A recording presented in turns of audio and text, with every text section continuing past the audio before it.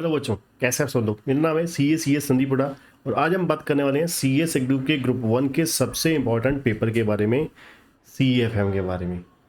क्यों आपके लिए वो हेडेक बन गया है।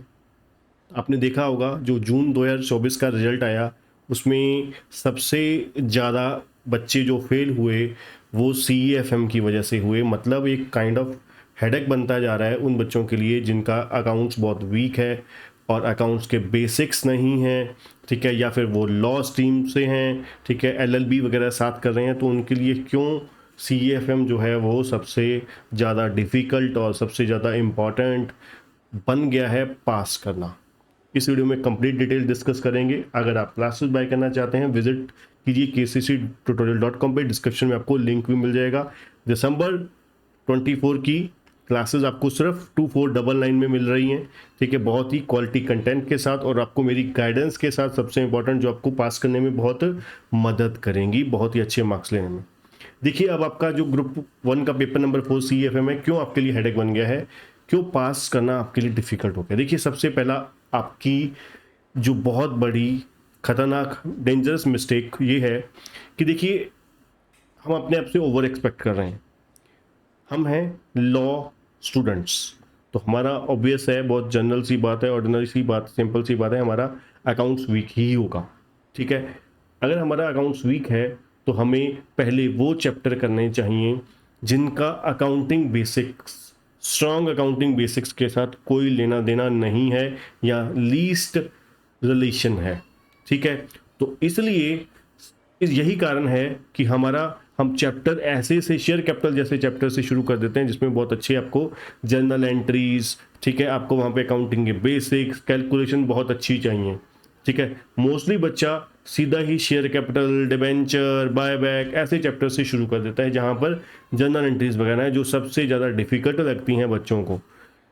सबसे पहले आपको ऐसा नहीं करना है, बिल्कुल नहीं करना है। दूसरी गलती, सबसे भयंकर मिस्टेक हम लोग जो करते हैं वो ये कि हम सोचते हैं, हमारे मन में धारणा ये है कि जितने नंबर ऑफ क्वेश्चंस ज़्यादा प्रैक्टिस करेंगे उतनी ज़्यादा हमारे अच्छी कॉन्फिडेंस आएगा, उतना ज़्यादा हमारा प्रैक्टिकल क्वेश्चन सॉल्व होंगे। जिसकी वजह से क्या होता है, जब हम किसी चैप्टर में घुस जाते हैं, बहुत ज़्यादा अंदर तक धंस जाते हैं, तो पता लगता है बाहर आने का दूर दूर तक रास्ता ही नहीं है हमारे पास।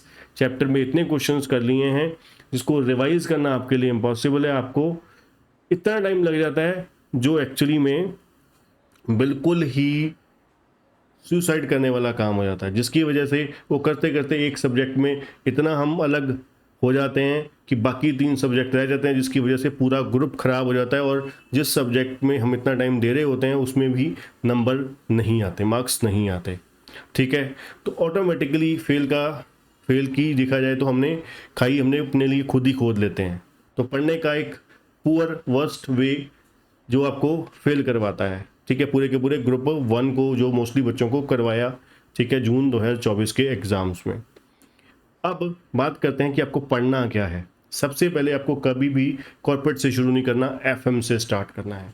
फाइनेंशियल मैनेजमेंट से स्टार्ट कीजिए, चाहे अगर करना भी है तो पहले कॉर्पोरेट में इंट्रोडक्शन टू अकाउंटिंग पढ़िए, अकाउंटिंग के कॉन्सेप्ट्स वगैरह। जो बच्चे लेक्चर मेरे लेते हैं मैं उनको क्लियरली गाइड करता हूँ कि पहले इंट्रोडक्शन टू अकाउंटिंग पढ़िए, देन रेशियो एनालिसिस, फिर कैश फ्लो। अगर कैश फ्लो नहीं भी करेंगे तो चलेगा, ठीक है, क्योंकि कैश फ्लो में भी कुछ अकाउंटिंग के कॉन्सेप्ट्स होते हैं, कुछ अपने वर्किंग नोट बनते हैं, ठीक है, पर वो इतने ज़्यादा बेसिक जर्नल एंट्री की नीड नहीं होती, इसलिए चल जाएगा। देन फिर आप FM कीजिए। तो क्योंकि आप जो मैंने इंट्रोडक्शन, कैश फ्लो, रेशो बोला है, ये आपको तकरीबन 10 से 15 नंबर का मिनिमम आता है।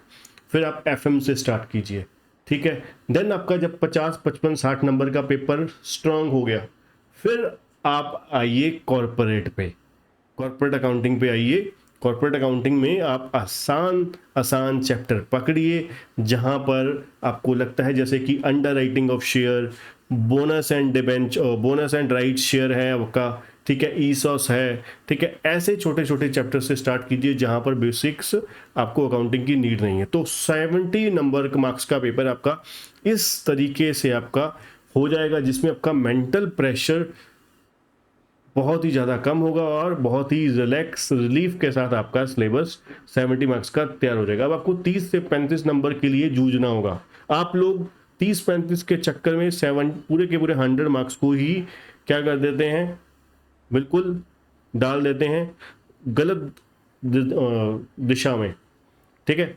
तो इसलिए ऐसा करना है, आपको तैयारी इस तरीके से करनी है, ठीक है। देन फिर आप साथ साथ जो चैप्टर करते हैं अपने आप को सुपर जीनियस मत समझिए, ठीक है। जैसे मैंने आपको शुरुआत में ही बोला, अब हम अपने आप से ओवर एक्सपेक्ट करते हैं।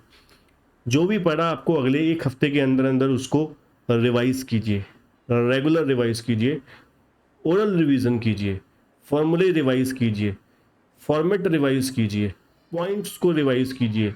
जब ये चीज़ें मल्टीपल रिविजन्स होती जाएंगी तो कॉन्फिडेंस अपने आप बनता जाएगा। ऐसे नहीं होता कि आपने ज़्यादा क्वेश्चंस कर लिए। इनकम टैक्स में भी बच्चा ऐसा ही करता है कि सोचता है प्रैक्टिकल ज़्यादा क्वेश्चन सॉल्व करने से मेरा ज़्यादा कॉन्फिडेंस बनेगा। जब तक बेटा आपको प्रोविज़न ही क्लियर नहीं है, आपको फॉर्मेट याद नहीं है, तो आपको कहाँ से क्लैरिटी आएगी, समझे। तो इसलिए ये तरीका थोड़ा सा फॉलो कीजिए, मानिए मेरी बात, ठीक है। मेरा बहुत लंबा एक्सपीरियंस है, तकरीबन 13-14 साल मेरे को सिर्फ CS ग्रुप पढ़ाते को हो गए हैं, जी हाँ, ठीक है। तो अच्छे तरीके से फॉलो कीजिए, बहुत ही पॉजिटिव रिजल्ट आएगा, ठीक है। भगवान का नाम लेके शुरू कर दीजिए आज से ही। क्लासेस बाय करना चाहते हैं तो डिस्क्रिप्शन में आपको लिंक मिल जाएगा। अगर कर रहे हैं सेल्फ स्टडी तो कोई बात नहीं, ऑल दी बेस्ट, ठीक है। और हमें फॉलो कीजिए, KCC ट्यूटोरियल को चैनल को सब्सक्राइब कीजिए और बेल आइकन दबाना मत भूलिएगा। और व्हाट्सएप चैनल ज्वाइन कीजिए हमारा, डिस्क्रिप्शन में उसका भी लिंक मिल जाएगा, ठीक है। उसमें आपको रेगुलर आपको इन्फॉर्मेशन मिलती रहेगी, क्वालिटी नोट्स वगैरह सब मिलता रहेगा, ठीक है। तो all the best, thank you बच्चों। और कमेंट में टेक्स्ट लिखना मत भूलिएगा, मोटिवेशन मिलती है हमें।